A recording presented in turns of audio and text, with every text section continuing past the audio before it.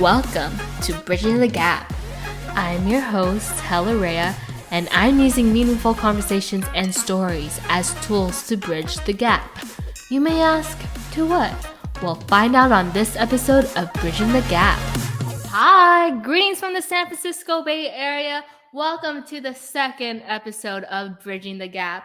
For those who just discovered this podcast, Bridging the Gap is a place where meaningful conversations are held to help listeners utilize their interests and bridge the gap between their own unique story and passions. Bridging the Gap is also an outlet where we highlight rising and established talented individuals. So if you believe you vibe with this mission, consider following this podcast and hitting the subscribe button to this channel. So without further ado, my next guest for Bridging the Gap is a Filipina-American makeup artist based in LA and has been recognized by the National Television Academy with 2 Daytime Emmy Creative Emmy Awards and 5 nominations in the Outstanding Makeup category. A true California native, she is inspired by the Golden State's laid-back luxury and translate that within her work by capturing both an inner radiance and glamour with ease. I know, sounds expensive, but it's totally not. She's like totally laid back. With over 12 years in the beauty industry, her work has been seen for various media and press outlets, major television networks, while serving the entertainment executives and high-profile clientele in both LA and New York City. I am so excited to introduce to you one of my inspirations of all time, like legit all time, like from like 23 years of life. Like I am so excited to bring up Gabbi Pascua. Hi, Abby Gabs. Hi. What an intro. You're going to make me cry. Yes. Well, I swear you gotta give props to the introduction that you wrote because I got that from your website. So good. It's so good. Aww. Really good. Where are you from at the moment? Greetings. Right now, greetings from Texas. I am out here for work. Okay, Texas. In LA, but presently I'm in Texas. So. Texas. Oh my gosh. Well, how's Texas? Texas is Texas. I've been having the full experience and it's something different and it's special in its own way. Well, is it really hot out there? It's really hot right now. It's hot and humid. You kind of just stay inside a little bit. You try to go for a walk, but you just start sweating. But it's been pretty nice. It's been nice despite the heat. Okay, losing water weight. That's good. Hi. Always. Okay, but like during this time like that you're in Texas, like what have you discovered and like any culture shocks that have you been like experiencing? Well, I was fortunate enough to be here for the 4th of July. So I had a true all-American 4th of July experience. I got to go to Fort Worth and I went to the stockyards, the historic stockyards, and there I was able to see like a rodeo band and true cowboys and people riding around on horses. And I went to one of the oldest hotels in Fort Worth and we hung out at one of the saloons, saw taxidermy, just, saw a lot of boots. It's true all-American Texas. Not what I'm used to, but very special in its own right. Yeah.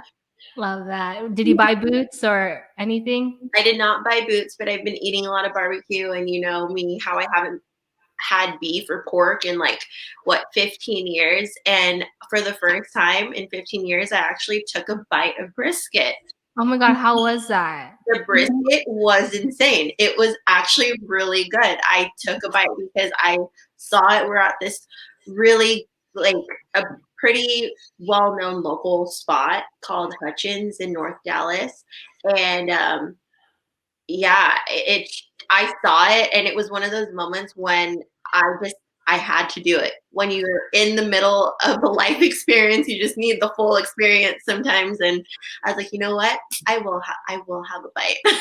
You gotta treat yourself. But like, was that a one and done experience? Like, you're not gonna go back to red meat after No, that? I don't think I'll go back to red meat, like, Mhm. but I'll take a nibble here Yeah. and there. Mhm. Well, at least hopefully when you come back to the Bay and like everybody's here, like all our family members are here, we Mhm. can probably go out to Korean barbecue and hopefully that's just a nibble because no, since we're a big group, it's you only get a nibble. So hopefully we get to do that.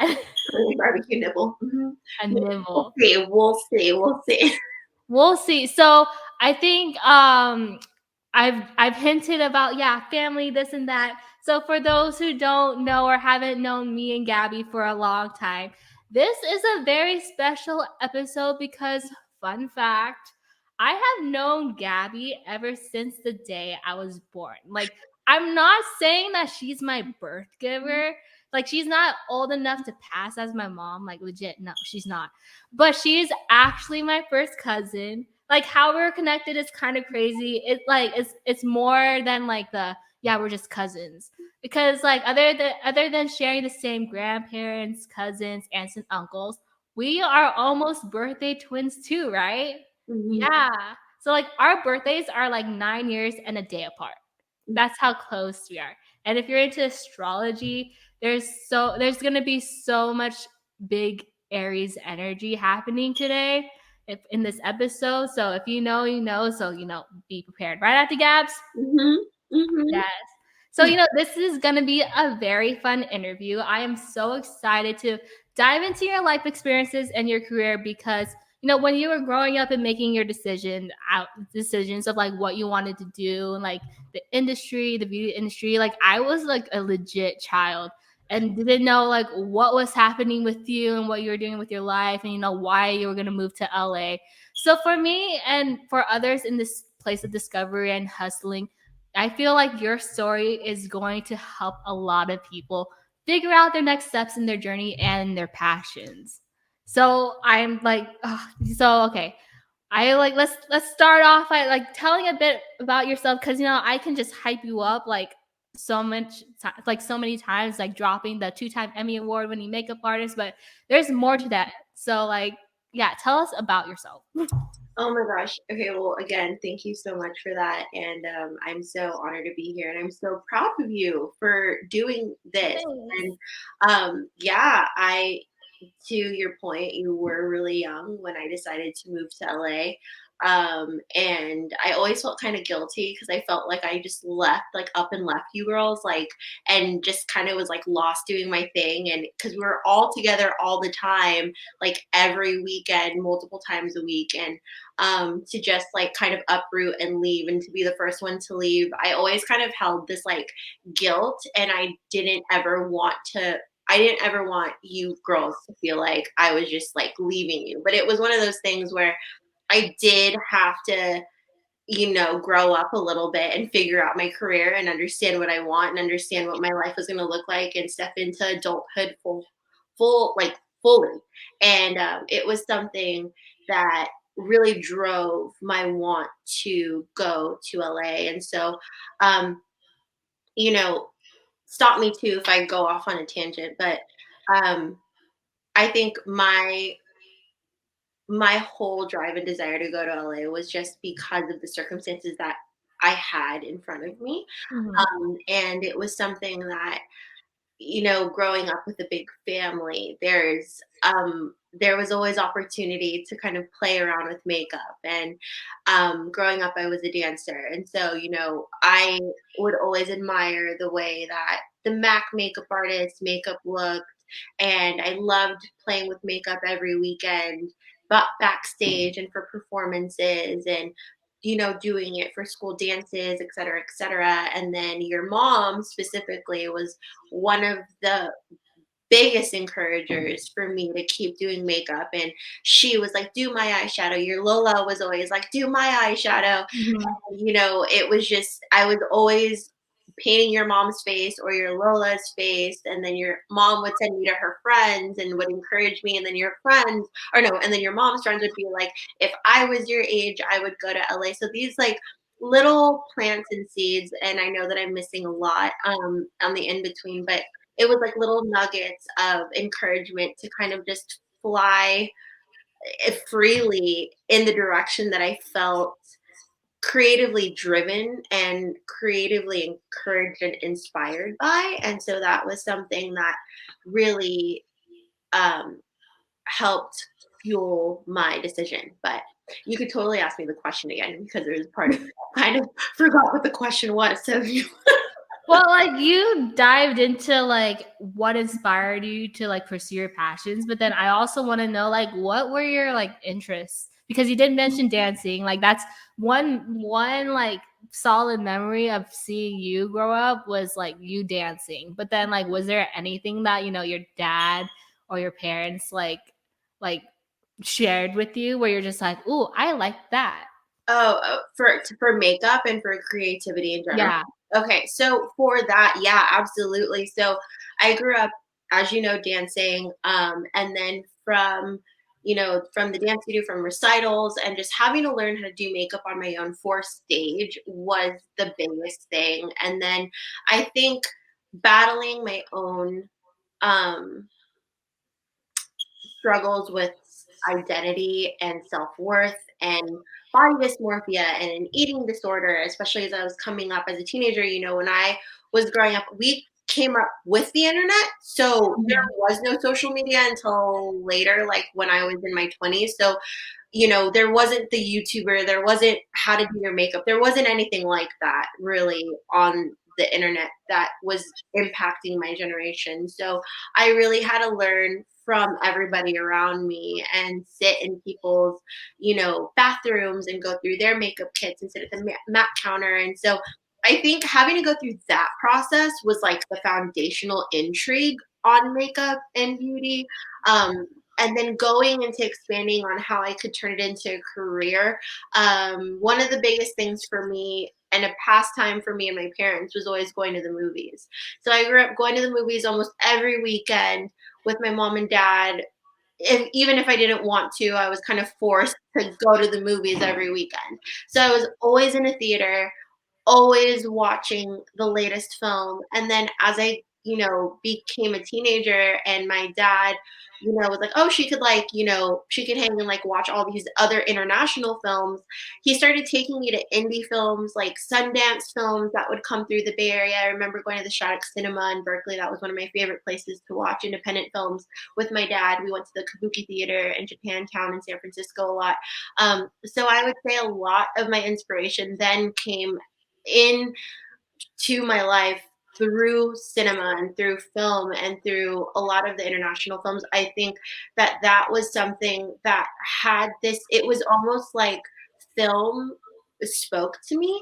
Um, and, outside of that, performances, like any ballets, any theaters, any um, just the arts, just art and culture was something that was just so intriguing. There was such a draw. And I think even as I started getting older and, towards me graduating high school, right before I made the decision to go to LA, the coolest thing that happened was recognizing that I could just start working and start doing it anytime. Like I could start working on my craft. It was one of those things where your craft just gets better the more you do it through repetition. And I was so young and so open and so wanting to understand what this could, do for me. And I started realizing quickly that in the Bay Area, I was getting referred for parties, big Filipino families, like somebody's going to some event every weekend. And so I all of a sudden started booking, thanks to your mom, like some of her friends would hire me. I remember they hired me to do their makeup when I was 17. And then I remember I got hired to do a wedding from somebody who I went to at the time. I was going to different spiritual groups, and one of this woman from church, basically, she invited me to do her wedding. I was 17. I like came in with my little like metal makeup case, and I went in and I did her makeup, and I would make quick cash. And it was one of those things where I was like, what?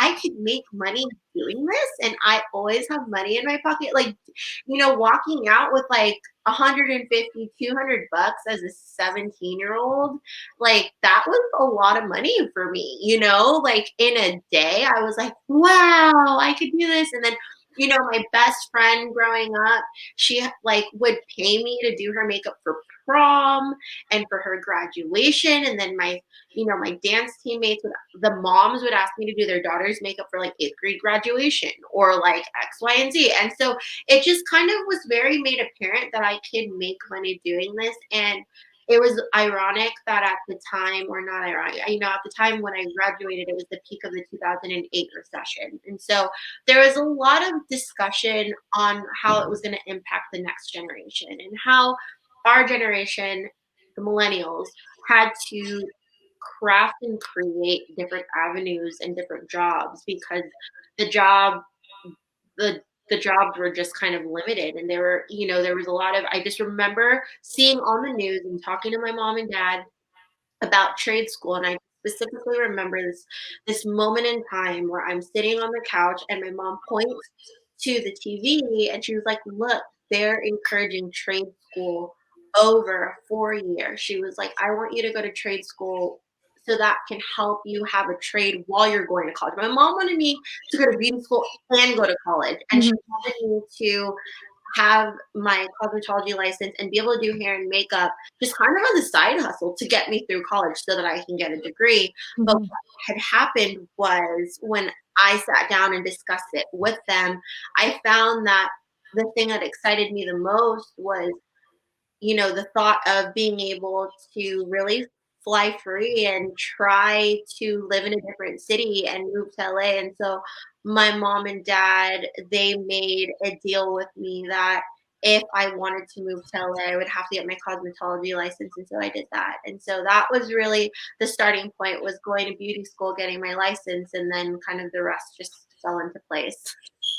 Yeah, like growing up, like you've seen it in their family, they like they valued education, Yeah. and like yeah. To be honest, like I saw you mostly just doing like your makeup and like going here and there.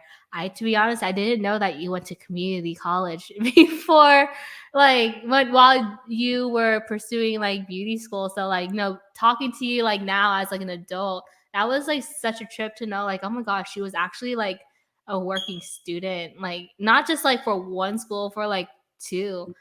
Yeah. And then like for And working on top of that. yeah, that's like crazy. I was just like, because like the recession really hit a lot of people like really hard.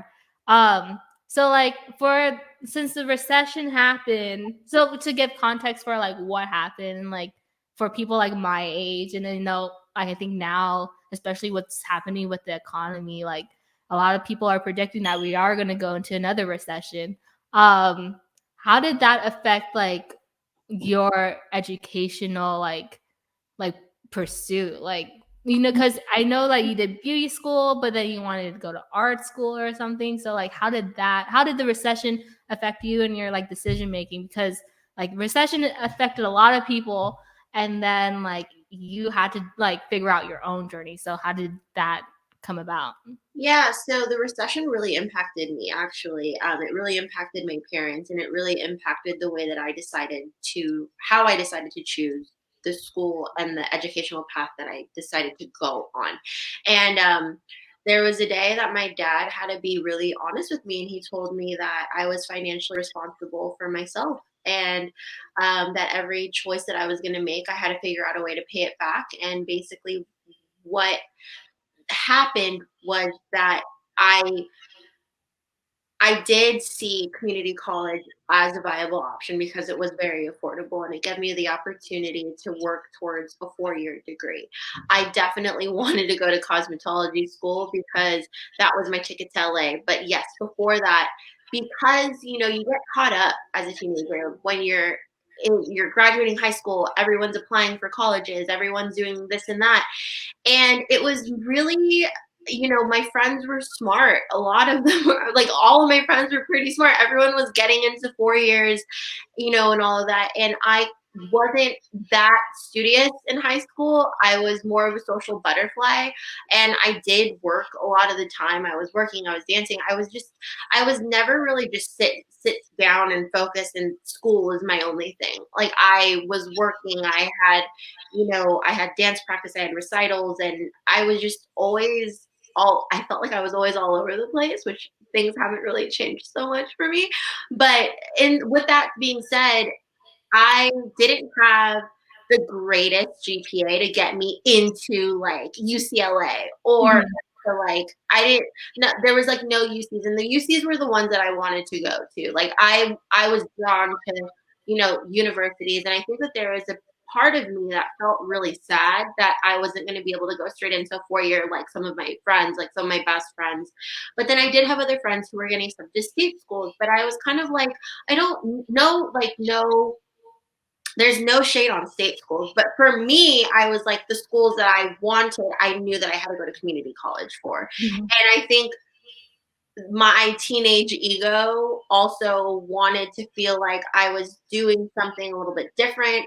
But when all of the different schools come in and do presentations, the one thing that always was drawn to me was the Academy of Art or art school, art history. I loved history. I loved art. I loved writing. I loved business. I loved all of those things. And I just felt like art school and their curriculum felt so sincere to who I was as a person. And so when I really looked at all my options, I was like, well, this feels like me.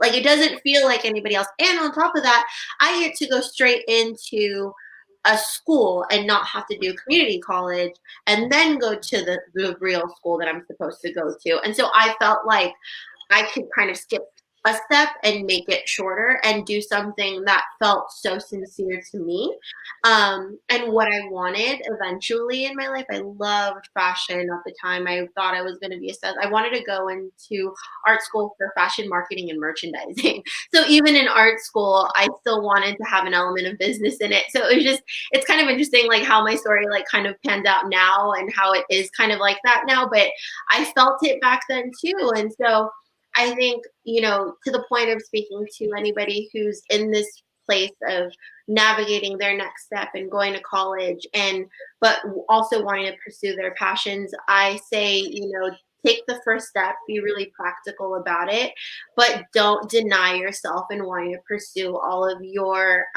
passions and all of your potential endeavors, because stepping into that space, even if it's the smallest step, will help give so much more clarity with every other element of your life. And so, yeah, the recession really impacted, to circle it back, the recession impacted, and it impacted my decision making, but art school is definitely the thing that I thought I was doing.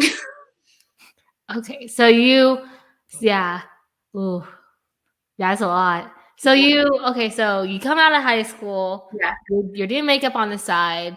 yeah. You wanted to go to art school. You decided to go to community college. Shout out to Chabot in the East Bay. Mm-hmm. Shout out to Hayward. Yes, Mm-hmm. Hayward girls pull through. Oakland girls, yes. Reya babes, okay. So you want to go to art school. Your mom says you seen that trade schools Yeah, were the way to go. So yeah, then, like, you're utilizing your skills, and your mom's like, why don't you suggest going to beauty school? Auntie Josie, your mom, is like very, like, she's very wise, even though she's such a unique character. um how did she help you with, like, pursuing, like, beauty? So my mom, in her early 30s, when she was my age now, I'm 32 now, and when she was around my age, she decided that she wanted to go to beauty school. And so she did. And so she went to beauty school. So I grew up, watching my mom go to beauty school, like a local beauty school in Castro Valley. And I remember that I was just always around it from a young girl. And then I was in the different barber shops and in the different salons that she, worked at. And then as I grew up and as I became a teenager, she started taking me to Las Vegas for conventions or Long Beach for hair shows. And my mom was like, come on, let's go. Like, let's just go sit in classes and sit in seminars. So I would sit through beauty business seminars. I would sit through hair cutting class seminars, just kind of as a tag along with my mom. And so that, all of that really influenced my next step. But even before that, when I was little, I would always watch my mom do her own self-care. So my mom wasn't a woman that would go out to salons and do her whole ritual and routine from salon to salon to salon, like nails, hair. She did it herself. She bought the box dyes. She would do her own root touch-ups. Auntie Lou and Auntie Connie would have, and Auntie Net would come over to the house, and my mom would wash their hair in the sink. She did her own manicures and pedicures. She did my own. She did mine, and then she taught me how to sugar wax. And when she went to beauty school, it just like threw her into even more exploration. And so then the house just turned into a 24/7 beauty parlor. There was always something being done. My mom always wanted to try something. I remember when before sugaring was like trendy, like today, my mom did it for me, and she made her own sugar formula in a pot and at my house, and I was hitting puberty, just to put it into so like I was just growing like armpit hair. Yeah. And my mom was like, no, don't shave it. I want to sugar it off. Oh my God. It was like traumatizing. Like, yes, great for you. I am so about, but like when you're hitting puberty, you don't know left from right. Your mom is trying to help you navigate all the beauty rituals and all the beauty routines. And to have your mom make a pot of sugar and water and make her own sugaring paste to like almost burn you as she's like trying to, like, it was a whole thing. And so that's how my mom influenced me. It was just everything was done at home when it came to beauty. So I had to learn how to curl my hair.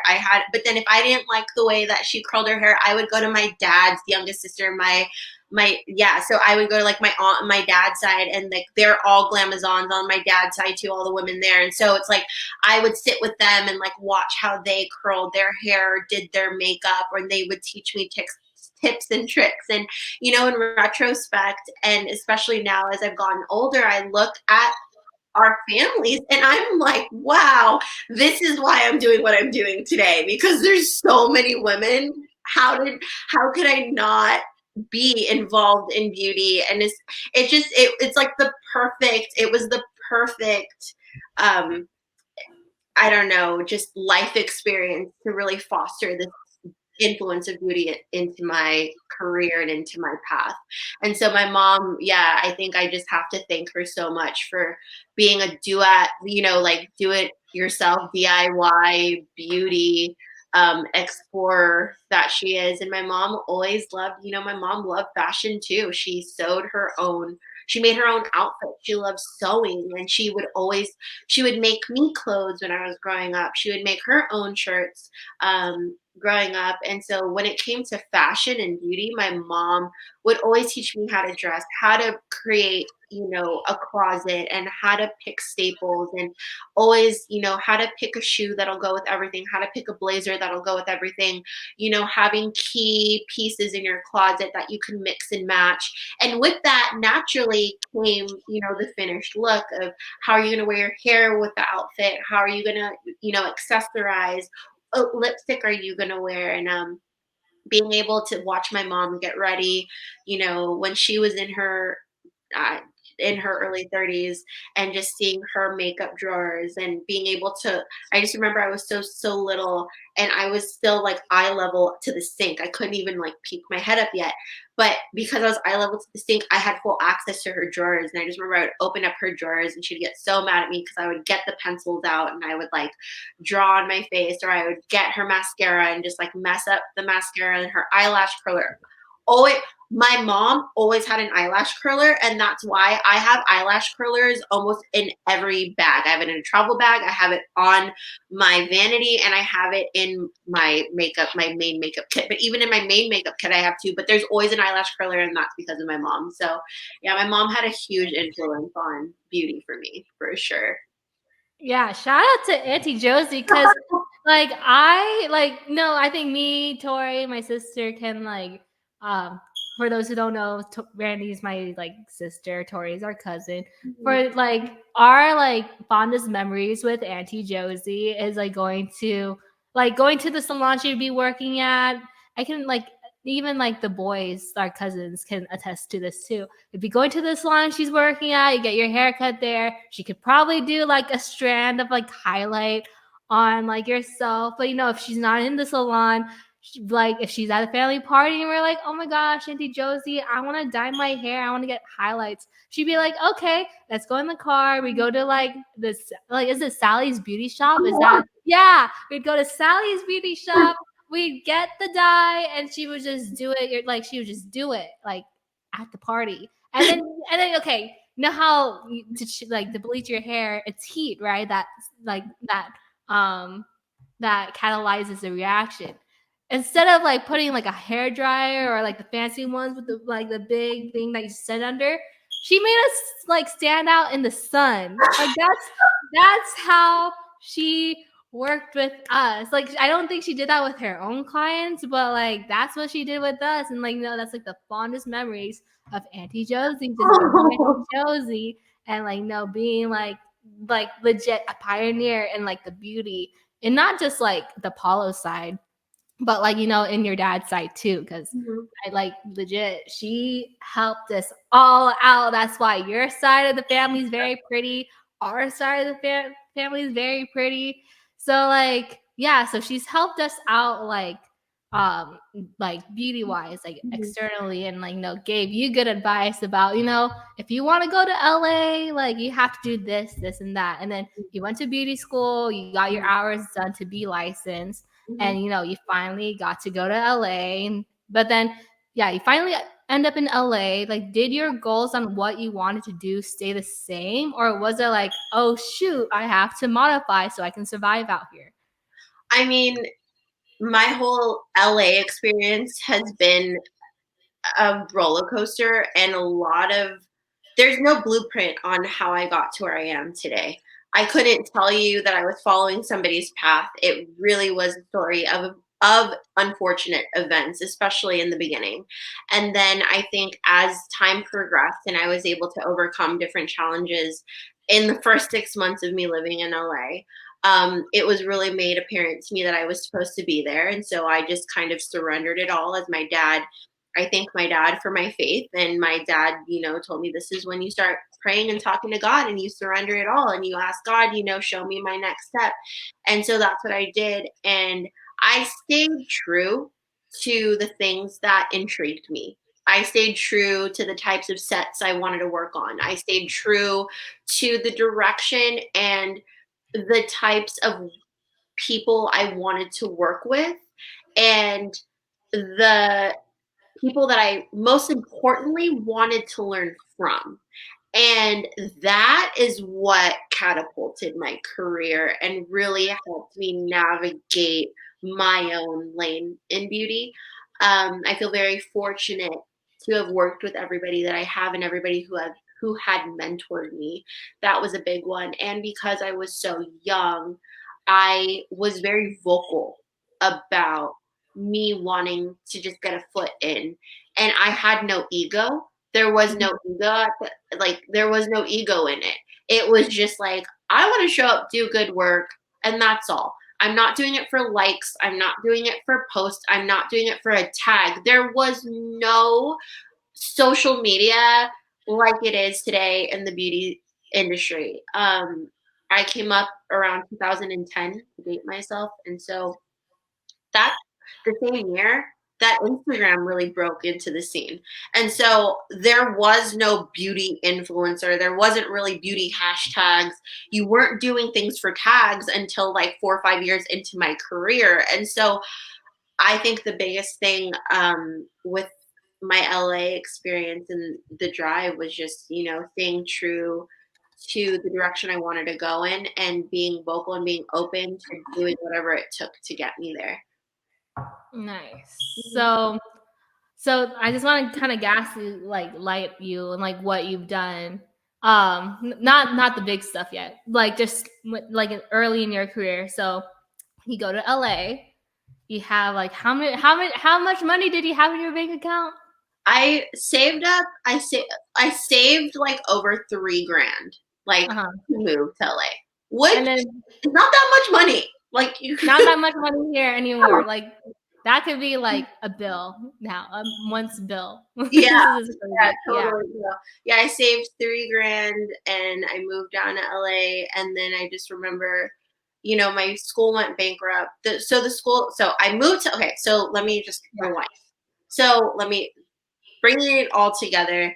I was Mhm. going to go to art school, said no to art school, decided to go to beauty school because my mom and dad talked me into the trade school. So I went to beauty school, and to Reya's point, I did start going to Chabot to kind of make my mom happy and to do 2 things at once. But then after the first semester, I recognized how much time it was going to take. And my dad was like, Chabot and a community college will always be there. You have your state board coming up, so you need to give that your full focus. He was like, just pump the brakes, go back to it when you have time, but right now focus on the thing that's in front of you. So I did. So I went full into just beauty school, threw myself into salon, started working in a salon. So I was working in salon while I was going to beauty school. And so by the time I finished, I had a year of experience in the salons and in like the workforce alongside my cosmetology license. So then by the time I got to LA, I had a year and a half of experience and a license. And so when I moved to LA, I initially just went for school.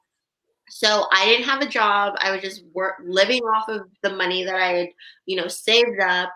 And I honestly didn't even have a true budget. I don't know how I did this, but I did. And I don't know how anyone let me do this, but they did. And so I went out and I started going to the makeup school. The makeup school went bankrupt on me. And then it was like 3 weeks before I was supposed to graduate. So I didn't even get a certificate. I was one of the last students at this. It was an iconic, like, makeup school in LA with one of the longest makeup artist families in the industry still to this day. And they had a school and it was called the Westmore Academy. And yeah, the school went bankrupt. And then I was just trying to figure it out. And I realized I had $13 to my name. And I was like, all right, it's time to do something. So I put my cosmetology license and my resume like to use, and I went straight to Beverly Hills and I dropped off my resume to like 4 or 5 different places, and then I ended up getting my first salon assistant job. And then yeah, that's really the place that started me off. Nice. Okay, so to give more context from like to put more information, like I'll do this part. Mhm. Uh, you worked at a Beverly Hills salon, which coming from the Bay, it's like oh my gosh, she like made it. She's like in Beverly Hills working at a salon. You see celebrities, you saw Kim Kardashian, all that stuff. And then and then it was at the same time that Twilight, like the saga, was like bomb. It was like the biggest thing ever. And you got to work an event for Breaking Dawn. That's no, the second movie. It's like the second movie for the saga. We totally forgot it. Honestly, it Long. was so long ago. It was, yeah, the Yeah. one came out in 2010. Yeah, I think that was like new. It's called New Moon. So you work, and then you're working with like what the werewolf. So you have like Boo Boo Stewart and like all that good stuff.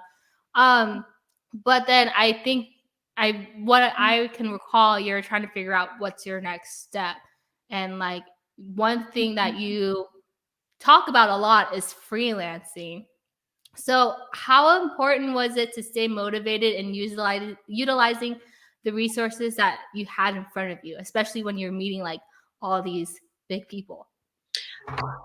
I mean, it was important to understand what I wanted, despite what everybody else kind of thought that I should want. And so for me, it was staying true to the direction that I wanted to go in. And quickly, I started recognizing that what drew me into the industry initially was magazines, was art, was film.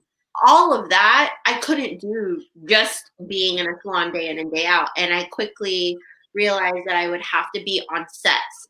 And so when any publicist would come into the salon with their client, or when the salon's publicist came into the salon, I would ask, even in the shampoo bowl, like, hey, or would I be walking them from the, from the door to the chair? And if we had a good, if we had a good dynamic in that moment, if I felt comfortable, there were times that I asked advice. And again, like I was so young, so eager, so hungry, and I had no problem just asking, how do you do this? And I never was a person that was like, I know it all, because I learned very early on that I don't. And so for me, I was never, I'm like, I know what to do. So I always was open to asking for help. And so I did. And so through those conversations, I actually got the help and I got the leads that helped me get. And so that's what kept me motivated, was other people who could come in and actually help collaborate in helping my vision come true. And that energy and that synergy still is something that stays with me to this day. And that's still how I operate to this day, is I try to stay as open and as motivated and as confident in knowing the direction I want to go to, and I communicate that. And from others hearing and understanding what vision I have, they sometimes like help me get into the direction that will give me my next step. And so that's really what happened to me, as I wanted to seek out freelancing, was I just started telling people and they gave me suggestions on how. Mhm. See, that's why if anybody like listens to this, you gotta put yourself out there. No shame, but it has to be like proper. You have to like go in it with grace and like probably have like some information that you can utilize when you're talking to these like people that have made it for themselves. But like so since you were in that journey of like trying to figure out, okay, what's my next step? I believe you did work for like the Smashbox Studios, which is a big thing down there in LA. Where I think you would be an assistant, right? So I started interning for Smashbox Cosmetics, and their PR team. So I, for anybody who's my age and like grew up watching The Hills, or if anybody watches The Hills, like the closet that Lo was in, that was the closet that I started my career in. Like I would organize that closet. That was the closet that I spent many hours unpacking boxes and packing packages to go out to Beyonce's makeup artist, or Lady Gaga's makeup artist. And so it was just at the time just such a space that helped me understand the ins and outs of not only how a beauty brand works and how their publicity works. And because the publicity team would do events, I got the opportunities to travel. I got to go to Miami. I got to go all over LA. I got to do stuff in New York with them. And it was just really special that I was able to be hands on and then in an office that felt like work, because I was coming from that 9 to 5 very structured workforce, and so it was a nice segue into freelancing, because I always had like a landing spot to then kind of branch off into. And so for those who don't know, Smashbox Cosmetics also has Smashbox Studios, and the brothers, Dean and Davis Factor, they're the grandchildren of Max Factor makeup. And so they had a photo studio, then started the beauty brand. And so the beauty brand was attached to the studios. And so because I was at the studios, I started making friends with all the photo assistants and the grip guys. And, one of my friends, she worked as a receptionist, but she was a photographer too. She was a budding photographer, and she worked at the studios, and we became friends. She's still one of my close friends to this day. And Smashbox Studios, before they got acquired, before the brand got acquired by Estee Lauder, they actually would allow all of the assistants, all the photo assistants, to have the space after hours. And so because I was friends with them and I was on the makeup side, they would call me in to do the makeup for any of their test shoots. So it was so special. We got to run around Smashbox Studios after dark and test and create and do work. And I got to build my book at Smashbox Studios. And that was something that I will never forget. And I'm so thankful for them. And so, yeah, I started there. Love that. Mhm. So you're doing Smashbox, but then around the same time you're like doing freelance and like building up your portfolio, you were volunteering your time as a founding board member of a beauty nonprofit called the Beyond Project, Mhm. which provides beauty and wellness outreach opportunities for underserved communities in LA ever since 2015. So how did that opportunity shift your perspective in the beauty of the situation? Okay, so there's a lot so basically I was working at Smashbox Studios, I was assisting there, and because of the network that the artists held and all of the artists that I got to meet on, at different events or on different campaigns, I was a part of Smashbox Cosmetics, like starting their digital channel, and I got to be on set with, with everybody and the whole team. And so being able to see that gave me opportunities to work with different artists in LA. And from that, I was able to work on in-store advertising for like Target, for Kohl's, for Gap, Old Navy. And then from there, it went into bigger sets, bigger, more celebrity-driven sets. And I started assisting um, personal artists, which means, with an actor, actress, musician, any performer that's the lead talent, they typically will have one makeup artist with them. And so I got to assist the one makeup artist that was doing the lead talent. And so because of being with that artist who helped me understand what that rhythm was like, I was given opportunities from different agencies because then other people in her network started hearing my name. And then I was able, through an agency, multiple agencies actually, I assisted on multiple rosters. And so from there, I really had my name out there and people were calling me for different jobs all the time. And because I was able to do hair and makeup, I was able to be on so many different sets, assisting both hairstylists and makeup artists. So I was, at one point, I was never not working. I was always on set. And so from there, I was able to kind of get catapulted into the celebrity circuit accidentally. Like, it was never the goal for me. Like, I was never like, I'm going to be a celebrity makeup artist. I'm going to do, I'm going to be perfect. Like, I never, it just happened because I was, again, like, never not working. And because of, I think, of my work ethic and the way that I was just, again, I was just in it at the time and always available. I just ended up in that space. And so through that, it really sharpened my artistry, and also it allowed me to understand how to get into even some of the most elevated sets. I just remember, coming from a space of magazines were my first, into fashion and beauty and photography. And it was the first means of inspiration for me as a little girl. I got my first Vogue magazine at 7 years old and I was captivated by it. I still have it to this day. And so I loved Vogue, so then all of a sudden I'm like, Vogue is like the thing. Then Teen Vogue came out. And so to be on a Vogue Italia set, that was mind blowing for me. And so I think it was this perfect storm of me being so young and knowing that I had so much to learn, but being given so many really cool opportunities to work with the creme de la creme in LA and to be left with like these big stars and these big artists. And even though I was assisting, I was just like, I'm here. I was so just, I don't even think imposter syndrome was the word, but I was just so in like this awe that I felt so, I don't know, I feel like humble is the wrong word, but it was just, I just felt like I needed to do something with all of the opportunities in the network that I had.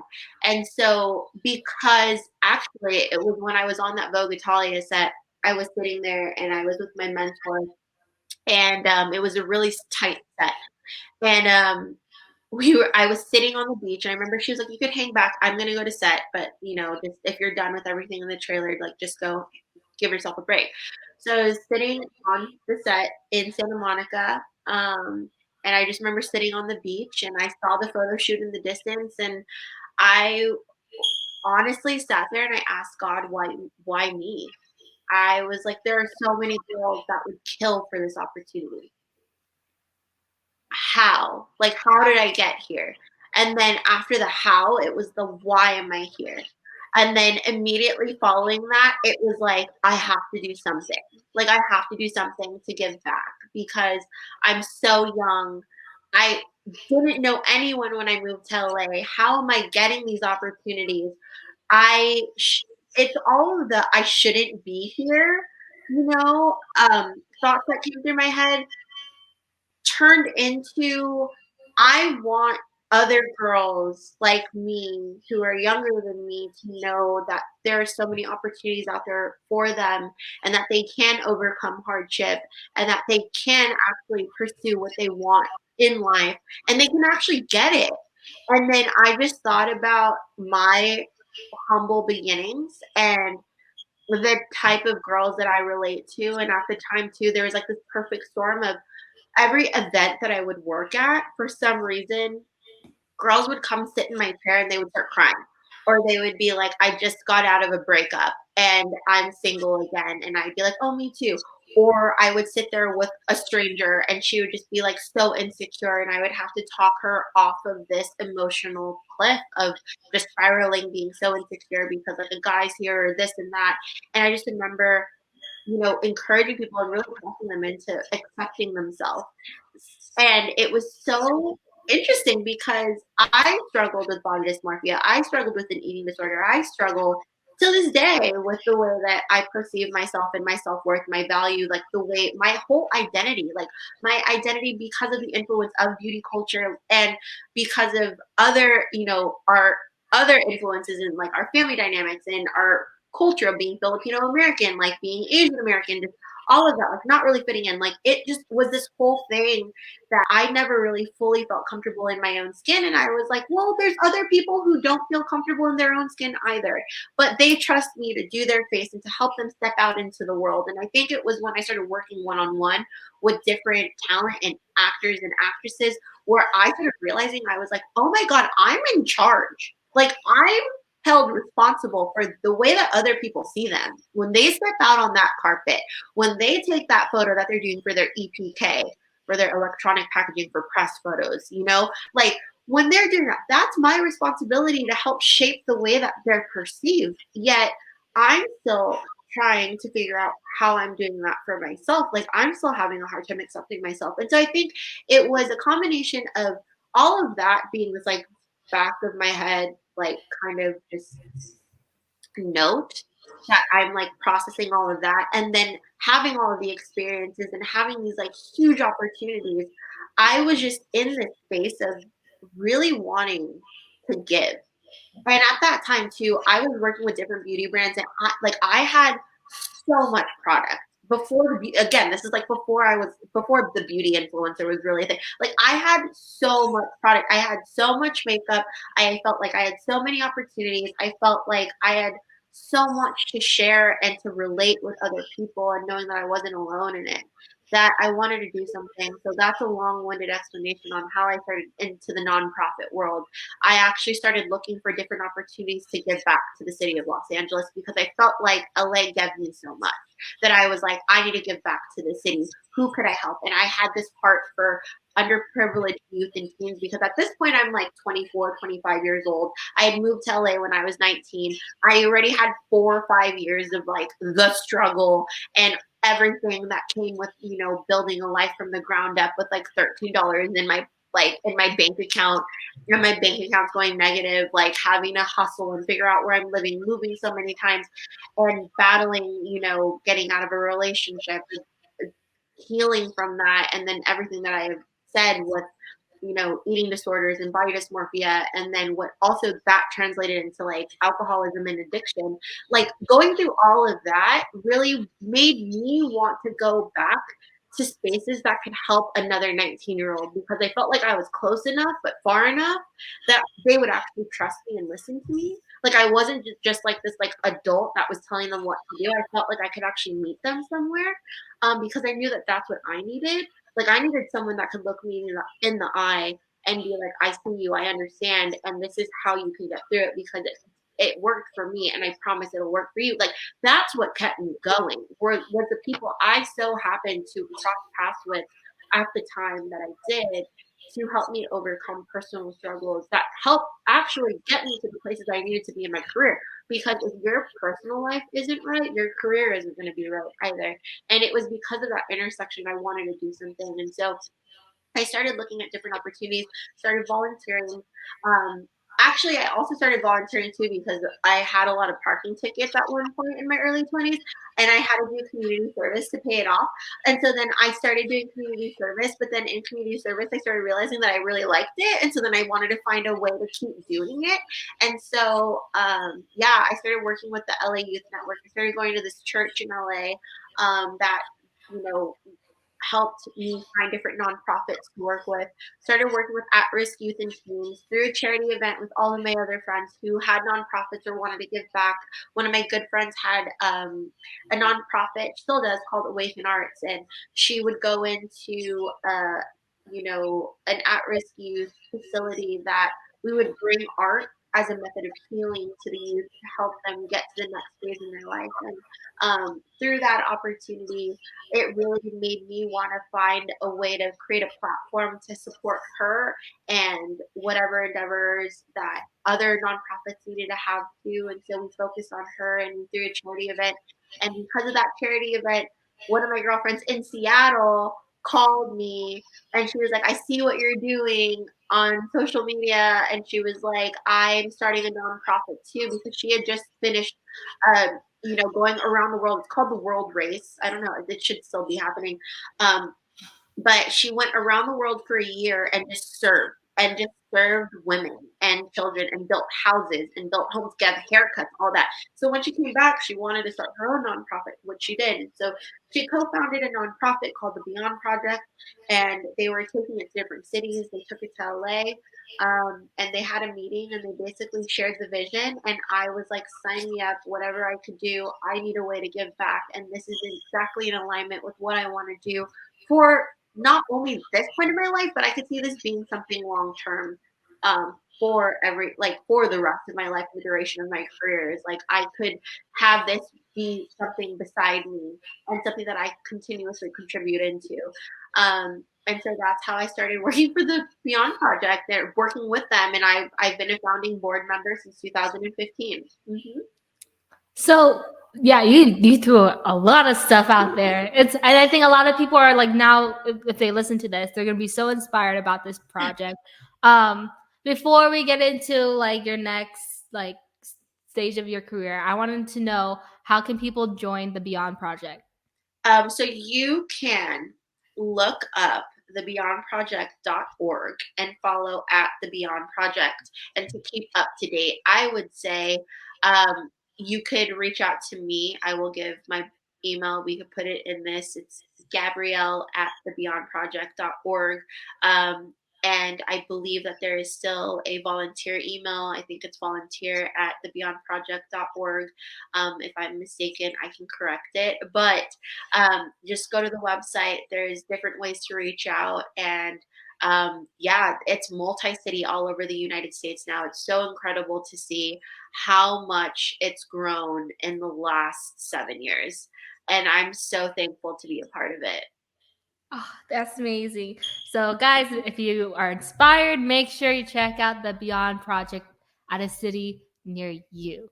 Okay, so I'm very excited to talk about this portion of your career because you know me, like we're both like I love TV and movies too, and like I'm like always wondering, like even when I was younger, I was like, I think, guys, how do they do this and that in Hollywood, and like, oh, who have you met and all that stuff. So for those who didn't know, you got your 2 Emmy awards, like makeup artist, in that makeup category by being a makeup artist on the Talk, the daytime television show. This was not planned, right? This was like you, like even though me, like and Tori and like everybody would be like, yeah, go to TV, and you'd be like, I remember you'd be like, yeah, okay, like bye. So even though that was a thing, like you actually got your job, like the job of going into TV, like what 5-6 years into like being in LA. Yeah, I got the opportunity. I would say like 5 years in, 5 years in LA. Yeah. So with that in mind, I love this story so much because it shows that like, oh, things were meant for you. Like you got to grab every opportunity you get. Can you share the story of how you got connected with Sarah Gilbert, who is the founder of The Talk, and she worked in Roseanne and so many other projects? Go for it. So basically, again, it was at this time in my career where I was just working nonstop. And the morning I got the phone call, it wasn't for the show. It was for a photo shoot. I actually had slept in that day. It was my first day off. I'll never forget it. And I just remember it was a string. It was a string of work that I was getting off. I think it was like 2 or 3 weeks straight. And I just really needed a day.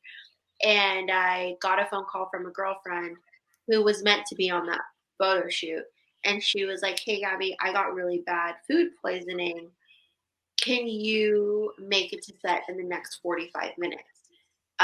There's this actress, she's doing her book cover. She was like, I think this would be a good fit. The photographers already know you."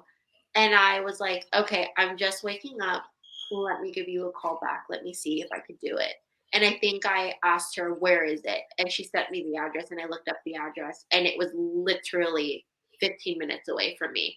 So I remember I got the call, I went to the bathroom, and I like washed my face. I just remember looking at myself in the mirror and being like, okay, you can go to brunch with everybody, or you could do this job. And I just remember I looked at myself in the mirror and I was like, what would you have done a few years ago? And I was like, you would take the job and you would just go. And I didn't want to go. I honestly didn't want to go. I wanted to go to brunch with my girlfriends. But I looked at myself in the mirror and I was like, you're going to do it because younger Gabby would have done this. And you're here because of how she got you here. And you're going to keep going because of that work ethic. And so I said yes. And so I came out the bathroom and I was like, yep, I'm 15 minutes away. I'll be there in 45 minutes. And she was like, perfect. Thank you so much. And then I worked with her. I just did my thing. And I just did my thing, and all of a sudden I got a text message. She was like, "Can I get your number?" And I was like, "Sure." And so then she got my number, and then she reached out. Then all of a sudden I started getting like outreach from CBS publicity, and I started doing press with her. And then all of a sudden it was like I was doing all her press, and then I was doing like, and then it just like snowballed, and I just kept working with her. And then there were times that I know she had reached out, and then I wasn't available, and it was just something that it just naturally just progressed. And then that following summer, I remember she had reached out. She was like, "Hey, would you be interested in working on the show, and I got a phone call from the production, and they invited me onto the show.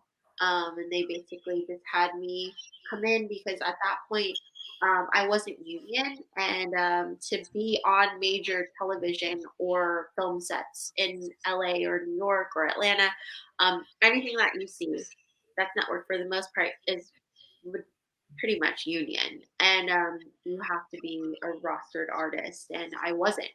And so I, by by fate and by her belief, she star requested me, and she believed in me, and she liked my work, and I said yes, and I got star requested into uh, the union, and so I was able to really be a part of Hollywood because of her.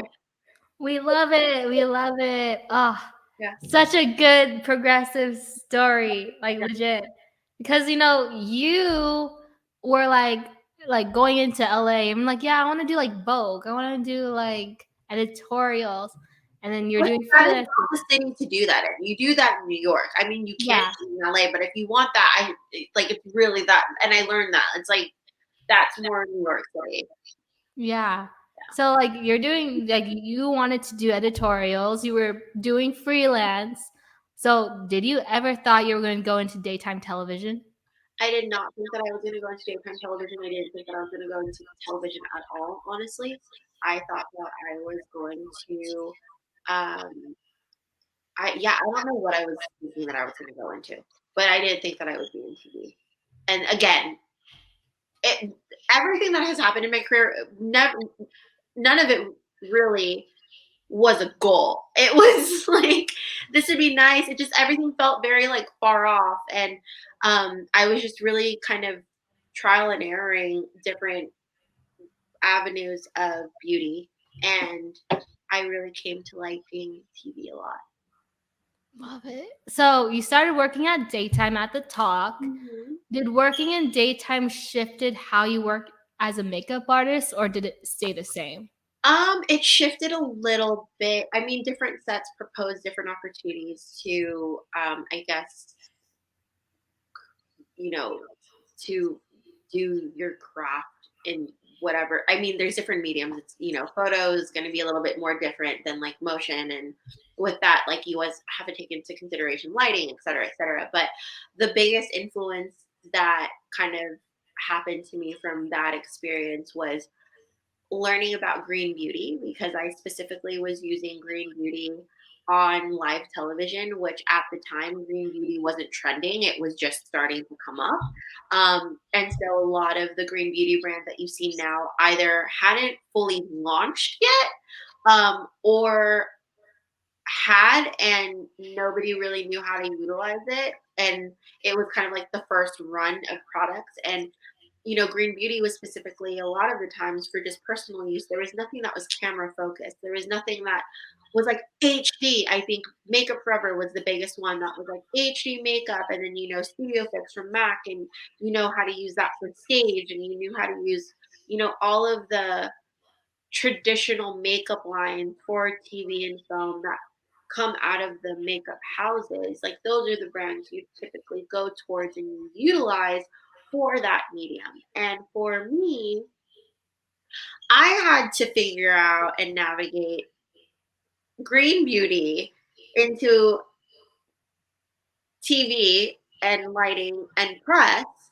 and just having to figure out how to manipulate the product into kind of longevity, like under lights. And if my clients are going out and like walking a carpet and I'm not there for touch-ups, et cetera, et cetera, it was just a very interesting.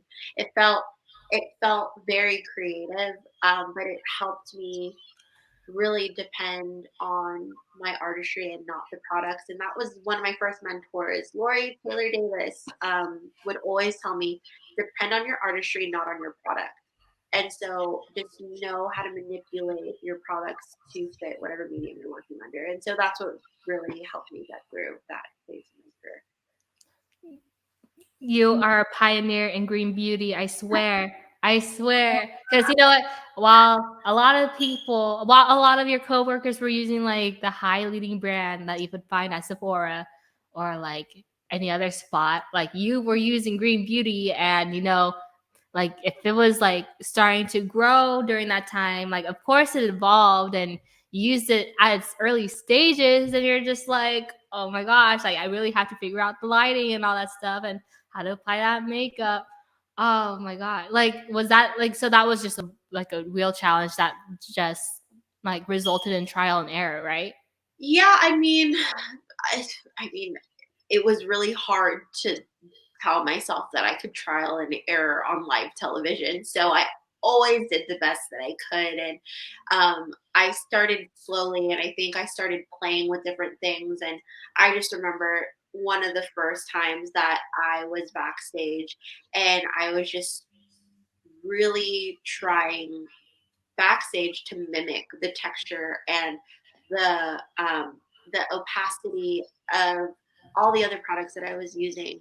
And so I would use traditional products to give me direction on how to manipulate all of the different green beauty brands, because I would have to fully cocktail everything custom for her at one point. And so I just remember being backstage and praying as she was like walking out. And as soon as the lights hit, I like ran to one of my favorite monitors, and I was just like, okay, what does it look like? And I was like, oh, she looks great. She looks great. And then I just remember running from that monitor, because there's monitors on like every corner of the stage. And I did one full loop of the entire sound stage, looking at every single monitor, making sure that what I had mixed together actually was reading correctly under the lights and under the camera. And I think the thing that also helps out too is that you do lighting tests with your talent, and so you get to see them before you do shoot. Sometimes, like, on the pre-lights, you typically get to see your talent under the lighting, and so I got to see what would work. So I got a little bit of a test day, but yeah, it was nerve wracking, but it felt so good, and I felt so accomplished, because I was able to figure out what worked. And to be able to say, not a lot of, and again, like, not a lot of people know that, winning the two Emmys means something different for me, because I was able to do it using green beauty, and that's cool. Like, and it was at the time when, again, like, green beauty wasn't really fully a thing yet. Was that her preference to use green beauty, or was it like, okay, I actually like the green beauty before, like in comparison to the leading brand because I break out with this, or like, No, well, it was just more of like, it's healthier, because at the same time, she had to wear makeup. Like, when talent is on a consistent show, you're wearing makeup every single day. And so I think of products and makeup kind of like the way that you would think of food. And so I think of your makeup kit as you think of a refrigerator. You have some things that are your fun items, but then you're consistent on the day to day things. Like, you do have healthy items. And so being able to integrate and understand green beauty and see it in that light, and to be able to see that it does really truly help your skin. But also with green beauty, the other thing is that it's really skin first. So you have to really take care of your skin, um, in combination with using green beauty products, because the makeup just reads a lot better. yes. Okay. So we're gonna get to skin in just a bit because that's very important to you, and especially for me too. Like, you don't know how much conversations we've had about skin, like behind like not without like closed doors. It's just always about skin. She always brings up like, oh my god, your skin's so great. But okay, since we're talking about the talk, let's talk about your Emmys. Did you ever think you were gonna get nominated for an Emmy? No, no, No. no. I think I joked to my mom once. I was sitting at the makeup show in LA in 2008. I'll never forget it. And I was sitting at a panel, and a makeup artist was talking about how they were nominated for Academy Awards and da da da. And I was like 17, 18 at the time. I remember I looked at my mom and I was like, what if I got nominated? Wouldn't that be cool? And she was like, of course that would. And I was like, yeah, that'd be cool. But it was a joke. Like, I wasn't serious. Like, I wasn't serious at all. Like, I did not think, could not, nope. I did not plan on it, did not think about it. No. Oh my gosh. Yeah. And then okay, so you were nominated for an Emmy like what, 5 times? I believe. And then, but you never told the family. Like, I think you told us like on the third time. Like, it was like kind of weird. We're like, oh my gosh, she's nominated for an Emmy, but like we were just like, what's that all about? But I know you probably told your parents and then the people in your entertainment circle who understood the implications of being nominated or having an Emmy. Why did he not share that accomplishment? You're like, why didn't you tell us? Why didn't you share it? Why We would have didn't hyped, you? I would have hyped you up. I I'm think serious. it's okay, honestly, and hopefully this helps somebody, but honest to God, it felt very premature for me. It felt very premature. I felt like I was holding a lot of imposter syndrome as much as I knew that I was I was good enough to be there and that I was doing the thing and I was playing a key role in helping and that I deserved to be there. There was still a little bit of an insecurity. I think it was honestly because I was like, but everybody around me has like everybody around me had been in the industry for decades, like decades. And so I think to be a part of a team that was just so seasoned, I just felt so green, even though I wasn't fully green. I still felt so young. I still felt like I had a lot more. I had to prove myself more, or I had to do the things more. And so I honestly didn't feel like I was worthy enough to be a part of it. But in retrospect, I totally should have celebrated and embraced it more. But I didn't know how to at the time. It was just another one of those really big moments of how and why me and how did I get here, and so that was honestly why. It's a lot of imposter syndrome and insecurity speaking. Yeah. So you told us on the third, you didn't win that year. You won on the fourth, and that was like what, 2019? I believe so. Yeah, you won on the fourth. We're like hyping you up and everything. You left the talk Mhm. like after that fourth, but then you won the fifth. You won on the fifth try. Then we're just like, I think that was like a surprise for all of us, right? We were like, how does she get that? Because it was in the midst of the pandemic, and then you weren't working on the talk anymore. But like, I was wondering, like, what do those Emmys mean to you now? Those two Emmys that you have. Well, it takes place. So basically, they basically do it's for people who for the season prior. So they'll submit. So it's like there's like a 6 month gap. I would Mhm. from like wrapping and the the ceremony. So I was still, although I wasn't a part of it for the current season, I was for the season that they had submitted for prior. And so what do the two Emmys mean? I think that they signify a level of accomplishment for me, and recognition. Um, and it's really special because I think where I doubted myself, it shows me that other people believe in me, even when I don't believe in myself. And that in areas that I might not feel deserving, that there are others that believe that I do belong and that I do deserve to be recognized for work. And it's really, it's a very special, um, they just signify a very special time in my life because with those Emmys come a lot of personal tenacity that I had to go through.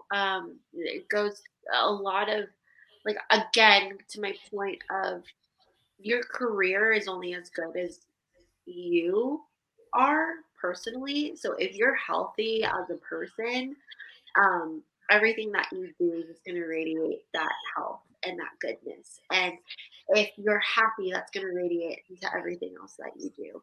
And for me, at the time, and when I was able to work on the talk, I was able to really grow up and really come into my own. I was really able to find myself and find my voice as a young woman outside of her career. And I was really able to see what it meant to be me. And in that process, I was able to do a lot of things for myself and get healthy. I was able to get sober. I was able to do, all the things that in my personal life that helped set me up to continue to be the strongest makeup artist and the strongest, um,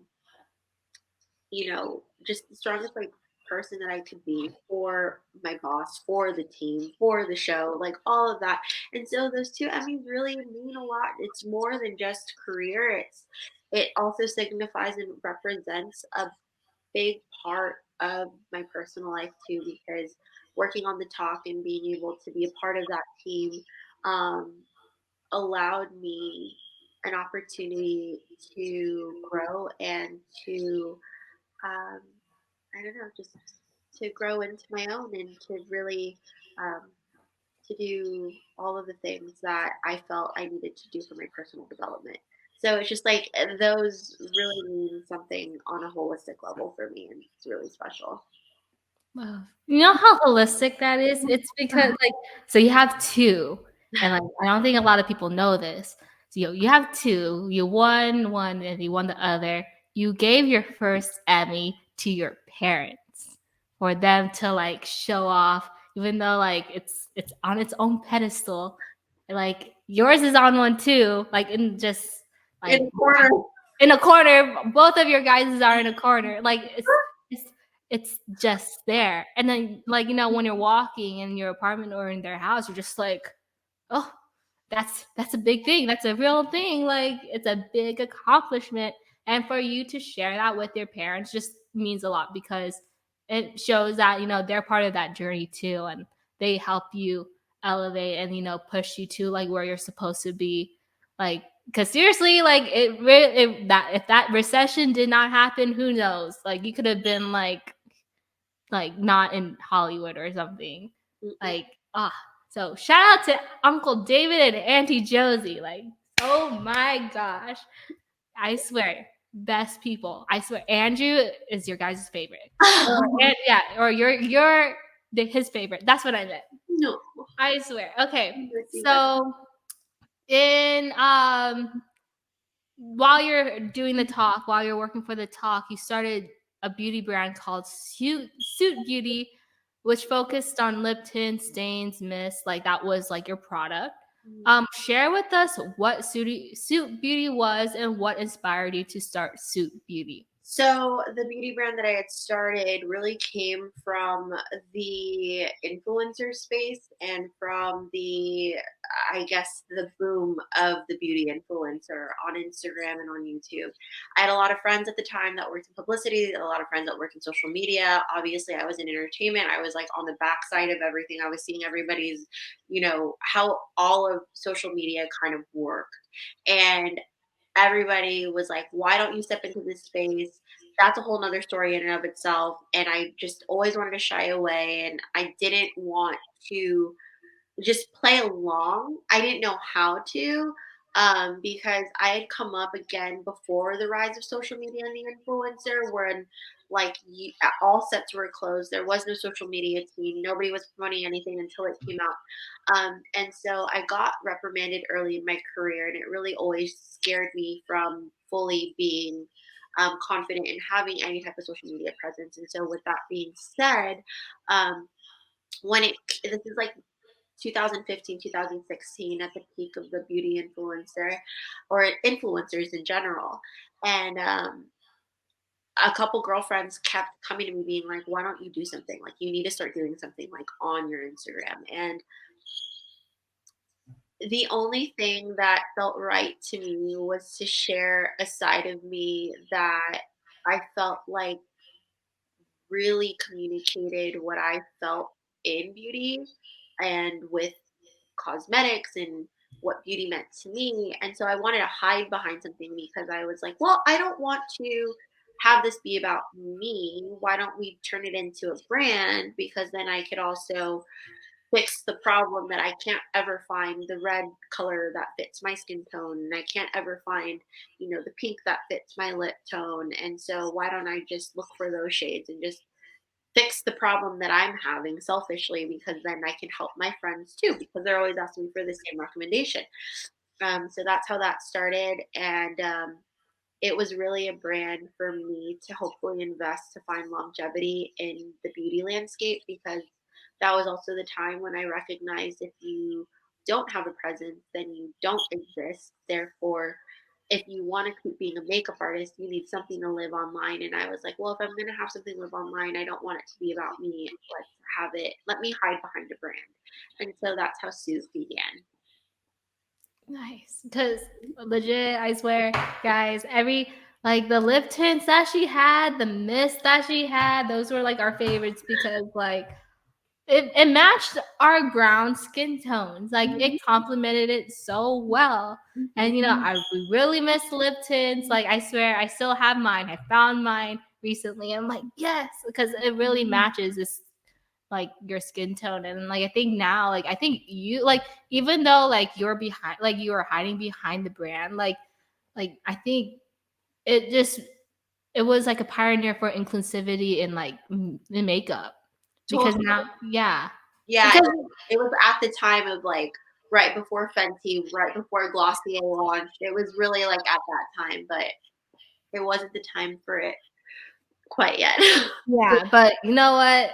Whoever like ever writes a history book about like inclusivity in makeup and in beauty standards, you got it. Gabbi Pascua. You were so sweet. Yeah, but like you started the brand, and with that brand comes a business. What did getting into the business world meant to you? Getting into the business world opened up a lot of different opportunities, and it opened up a lot of insight on the ins and outs of the beauty industry. I understood the mechanisms and all of the different.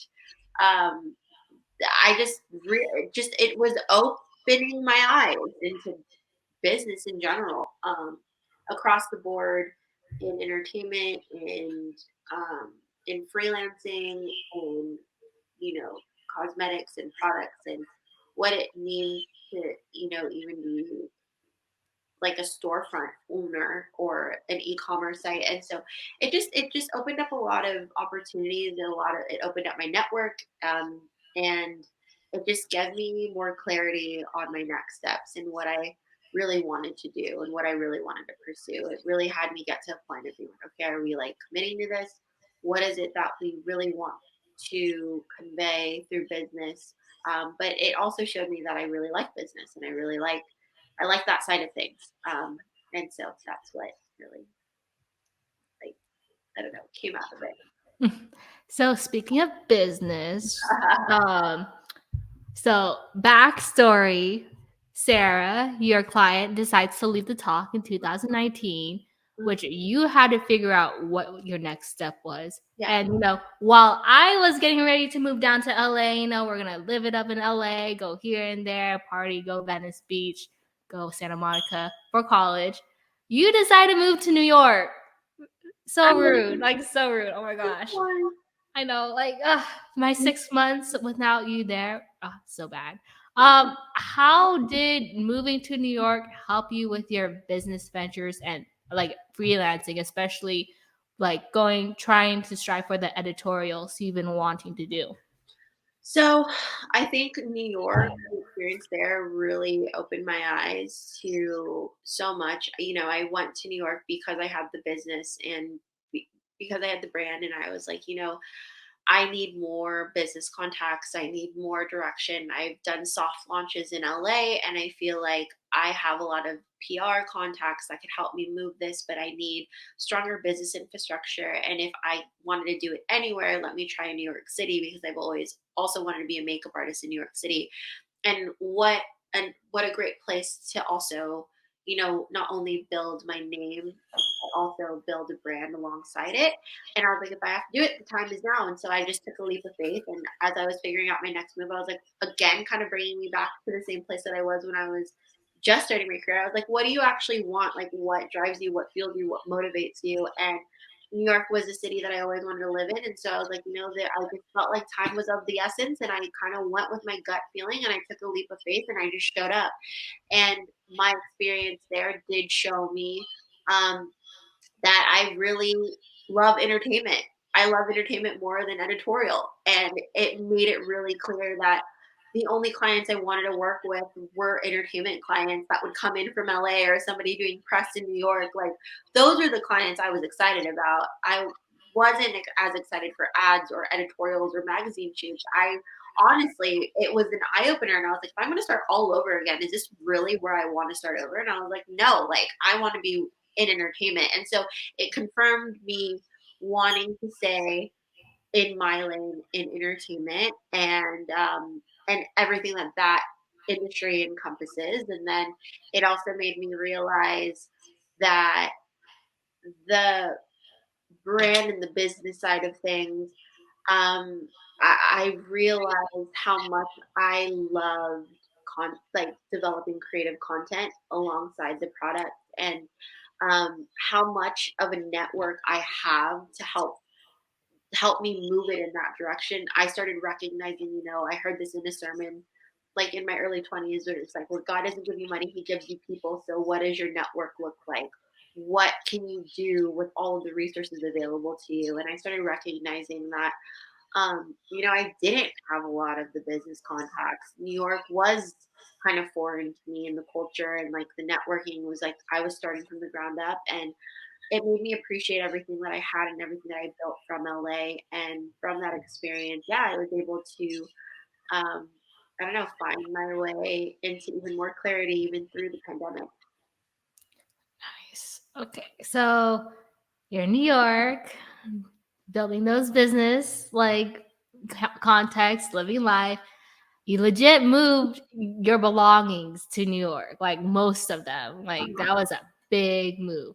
And Uh-huh. then all of a sudden, Hollywood calls for Yeah, you to make up for the Netflix comedy series, The Upshaws, yeah. with big names like Wanda Sykes, Mike Epps, and Kim Fields.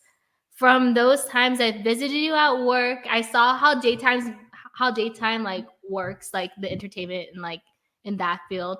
And it seems like really chill. Like you just look at it, make sure everything's fine. It's live. Like there's like little to no room for mistakes in daytime. Uh-huh. But then like sitcoms is like way different. Like so how like what did you have to learn when getting into sitcom? So getting into sitcom, I started recognizing that there's just so many different things, like breaking down a script and just the way that just the day to day is just a little bit different. And I think the coolest thing though is just being part of a team again. um you know and you still get to be personal with the actors and actresses, but I really appreciate um like my sitcom family and being able to step into this space, and also just to be able to see the work, like the way that you see your work put out there into the world. That's the coolest thing, to be able to share it with people and be like, you can watch the show that I've been working on, and like to have my friends and family be able to tune in, um, that's major. So that's really cool too. Yeah, Yeah, I you swear. couldn't do it on the daytime television. Like obviously, Mhm. like every single day. But I think that that's like a cool thing too. It's just like, being able to be like, you can watch it when you watch Netflix. Like it's cool. Yeah, I like seriously like it's so cool because you could be like I could find your name after the credits and I'm like, "Oh, mom, look, there she is. There's her name." But then it's like if you guys watch the Upshaws or if you ever watch it, there's like they have so much like what's it called? Plot hangers like at the end of the series. So like I remember like last year you were starting to like go like work with the Upshaws again. And I was like, so does he have another kid? Like whose kid is that? Like that's so crazy. Like this guy, I yeah. can't say Like anything. can't say anything. She did not spill. That's how good she like Gabby is with what she's working with. She does not spill. She legit was like she doesn't tell me like who she's working with. And like I would have to like guess names. Like that's how that's how professional she is. Like like legit. So if you guys ever need a makeup artist that and you have to sign NDAs, she's the best person to like to like work with because she will not spill the tea even though you ask for it. Like, but no, season 2 of the Upshaws has like pushed you guys to the one of the like top 10 spots on Netflix today. Um, with that being said, I have a question. Since you've worked in freelance, you've worked in daytime, you've worked in sitcom, what would be some tips you would share for those who want to pursue makeup in Hollywood?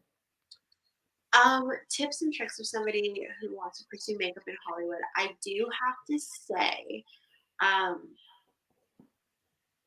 build a really strong book. Now that includes your Instagram. Um, I would say show up, show up to events, just show up and, be very vocal about what you want to do and be unafraid to ask for help. Be unafraid to DM someone. Now you can just DM someone. Like Mm-hmm. DM someone, do a little like social media deep dive, look at who does the hiring, um, look at agencies, look at the agencies that you want to work at, or work with, or look at what agencies are, supporting the artist doing the work that you want to do. Find who to contact there, ask for help, reach out, send your book, send your link. I think it's just about putting in the work and being able to fully, um, I don't know, just be unafraid to put yourself out there. Nice. Okay, so do you think you'll ever have the opportunity to work on a movie set? And if so, what type of movie would you want to be a part of? I do believe that I will have an opportunity to work on movie sets. I think I've just been honestly closing myself off and not even opening that door right now. I haven't even put out to anyone that I want to work on a film. I've actually been saying quite the opposite. I've been saying that I just want to keep working in TV and like sitcom and being personal and just doing press. And so I've really just I've been vocalizing kind of just putting myself in a box a little bit career wise right now.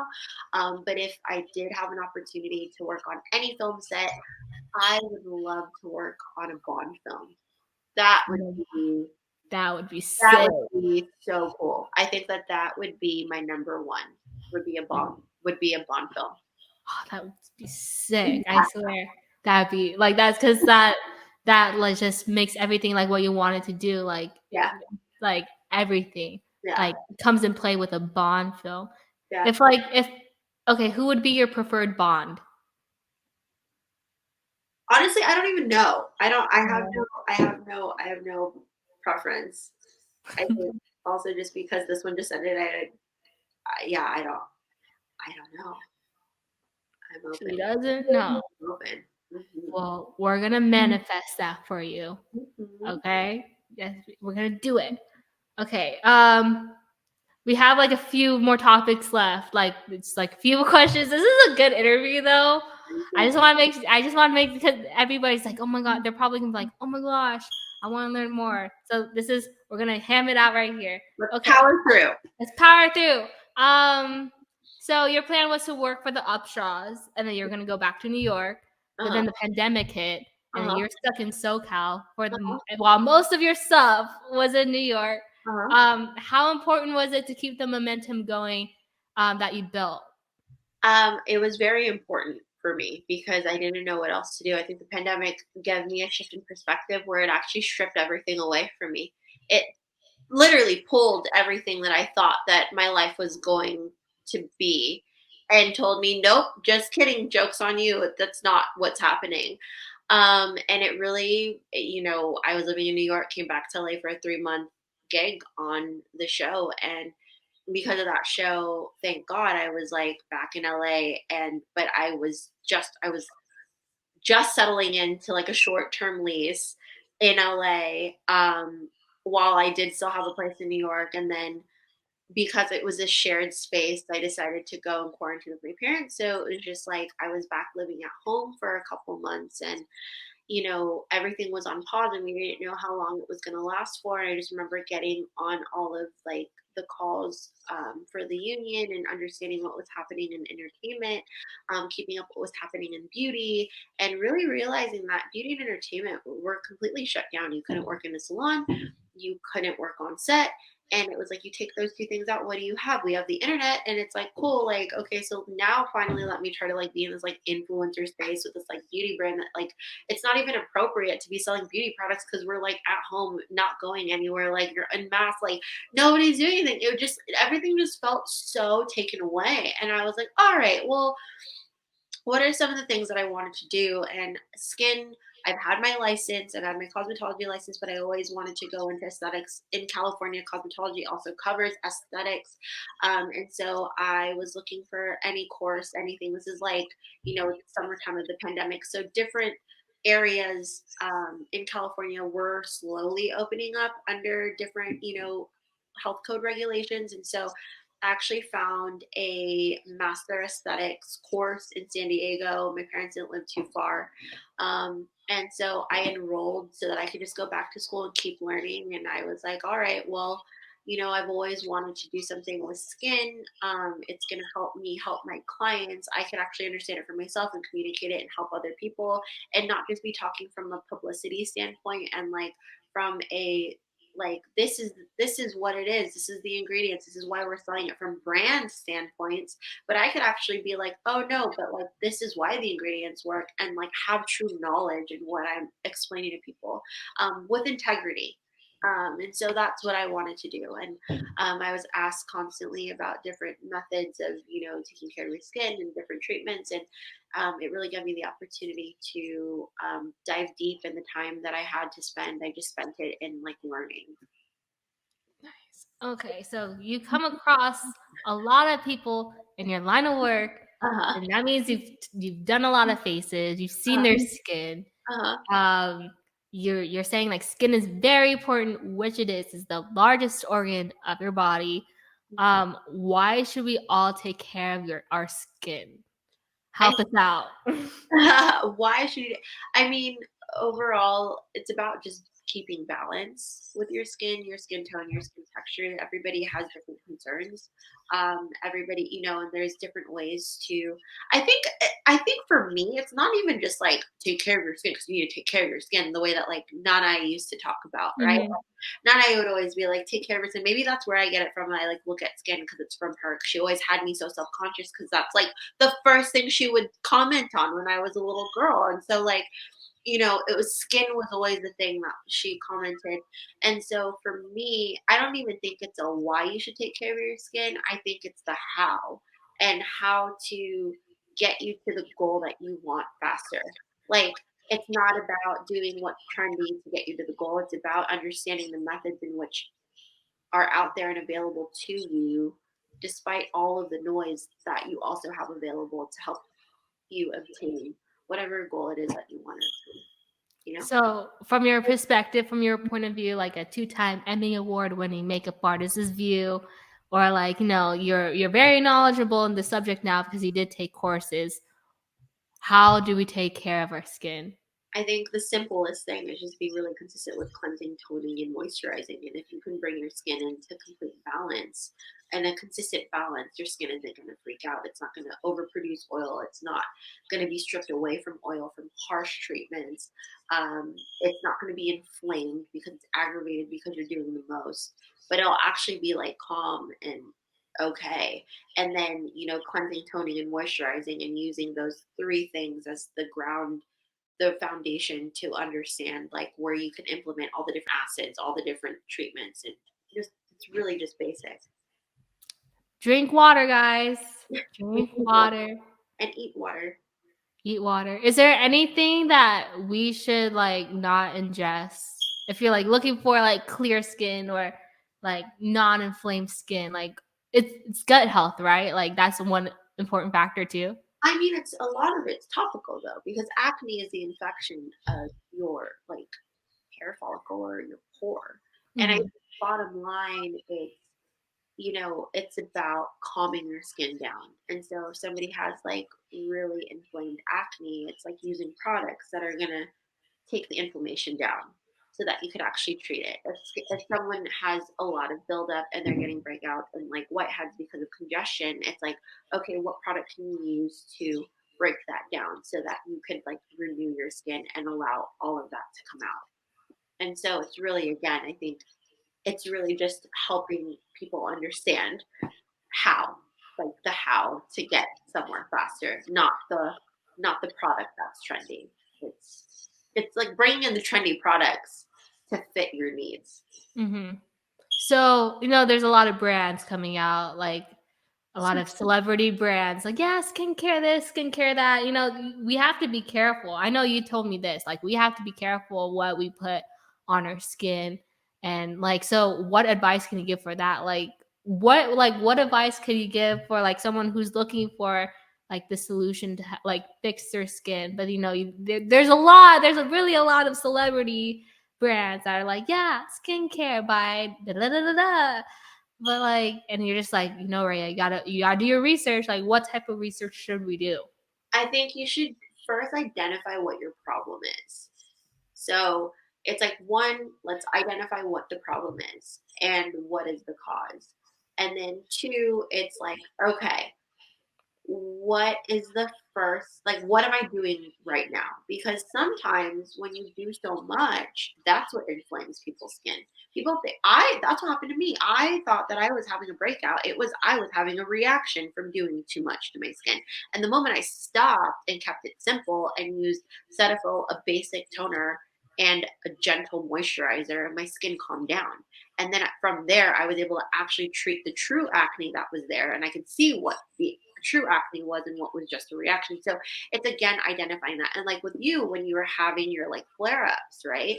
I was like, you have very sensitive skin. Like you need to be really gentle with it. So I was like, just keep it really simple for you.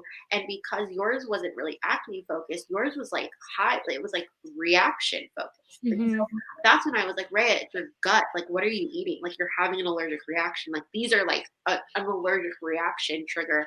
It's not an acneic trigger. So you putting all of the topical, like aggressive acid based, So bad. it's going to be so bad. It's going to only Yeah. make it flare up more. It's like Mm-hmm. you topically need to be. So that's what I'm, you need to be gentle. So then that's what I'm trying to say is you need to identify your problem, figure out what the opportunity of solutions are out there because there's so many, and then start really simple. Yeah, just to clarify, flare-ups, eczema, Filipinos, shout out to all you guys with eczema. We got this, and other skin um, like conditions. We got this too. Shout out to Cetaphil. Cetaphil's amazing. Please sponsor us. I don't know. Like I swear, we use it. We use your products. We're a consumer. So we're in like our last category, and the last time I visited you in LA, it was like in May. I saw like a lot of these logos on your dining room wall, and every logo had these 4 letters ASOB. Can you hint of what Asab Media is? So ASOB Media is ASOB. so ASOB Media is an acronym for something very special that I can share later on and soon enough. But right now, I'm in the ground stages of launching my own just media group, and I'm really excited for all the things that are going to come out with it. We are focusing on beauty, we're focusing on wellness, and just I'm really sharing my perspective, and everything that I wanted to put out for Suit and our digital content has now morphed into something so special and something larger than what I thought it would ever be. And again, I can't really share too much, but yeah, I'm just really excited for this business endeavor. And even if this is the first step into something else, I'm just really happy to just still be on this adventure right now. And that's also why I'm in Texas. So, Texas, yes. Shout out to your partners and Asav. yay. Asav, Asav, right? Oh my gosh. I'm like, it's Asab, it's gonna, huh? I would be like, how do you say Asab? And I'm like, I was like legit, I messaged her like the video. I'm like, how do you say Asav? Asav. But okay. So with Asav and just like with everything that's happening, how do you see yourself evolving in the next few years? whew, I feel like with hope. that in the next few years, um, I'll be able to be a part of the beauty industry in different ways. I think that I hopefully will have opportunities to really step into, um, yeah, different means of collaboration and creativity. And I stepped into producing last year, so that was really cool. I want to do more of that. I love the storytelling. I love, yeah, and I just really love developing content and meeting people and also helping build careers and brands. So I don't really know exactly what it's going to look like, but I do know it's going to be good. And I do feel like it's going to be a very colorful and intentional time for me. Before I ask my last question, I just want you to plug ASOB. You want me to plug ASAP? Okay. Yeah, so we can like follow this, and then so a lot of people who want the resources that you guys are providing, you and your team are providing, can like look at. Sounds good. Okay, so you guys can follow ASOB Media on Instagram right now. Stay up to date with all of that. We are a new media group that is focusing on story driven content for beauty, wellness, travel, and lifestyle brands. We are so excited to share our vision and our stories with the world right now, and I can't say much, but I can just say it's going to be beautiful and it's going to be good, and can't I can't wait till I can actually talk about it and talk about all of the things and not in acronyms. Yes, I just because can't wait. Stay tuned. stay tuned. I swear, this acronym, it's like it's tripping me out because I know what it is, and it's just like, don't say it. Because I Okay, want to say it. I'm like, don't say it. because it's a nice acronym. We're just gonna say it like that. It's a nice acronym. You guys gotta stay tuned for that. But okay, last question. This is my last question. This is like my killer question that I always use for like everything like that I do, like depending on the person. So this is the best. You are the best person, and this is called bridging the gap. Since bridging the gap is a place where meaningful conversations are held to help listeners utilize their interests and bridge the gap to create their own unique stories and passions. In this next chapter that you are pursuing, how do you see yourself bridging the gap with makeup and your passions? Whew. I feel like I'm going to be able to bridge the gap with makeup and my passions in different ways. I think that I'm going to be able to bridge the gap not only with product and beauty and storytelling, but I think that I'm going to be able to bridge the gap in hopefully helping people on a holistic level understanding themselves. I think that there's a lot of influence that came from the nonprofit sector. So I think that I just hope to bridge a gap and to be a voice in the beauty industry that can help encourage and that can help people be seen and feel accepted. Also, I think being Filipino American and wanting to really talk a lot and be a voice for that space too, and just also being able to be a voice that is also embracing my American side. I'm third generation Filipino American. I feel sometimes I'm more California and more American than I am Filipino. And it's something that I've always felt like I had to hide. And if I could help almost liberate somebody through their identity and through accepting themselves, because I've learned I've had to do that and I can meet somebody there. I hope to bridge the gap for that in the Filipino American community as well. Well, we would love to see that. I cannot wait to see what you guys have in store next. Me too. Like it's going to happen. It's all up from here. It's And all for up from you here. too, Ray, I'm so proud of you. Thanks. Thank Can't you wait to so see what much. you're doing. We're all in this together. We are. Well, thank you so much for being like my second guest in this new project of mine called Bridging the Gap.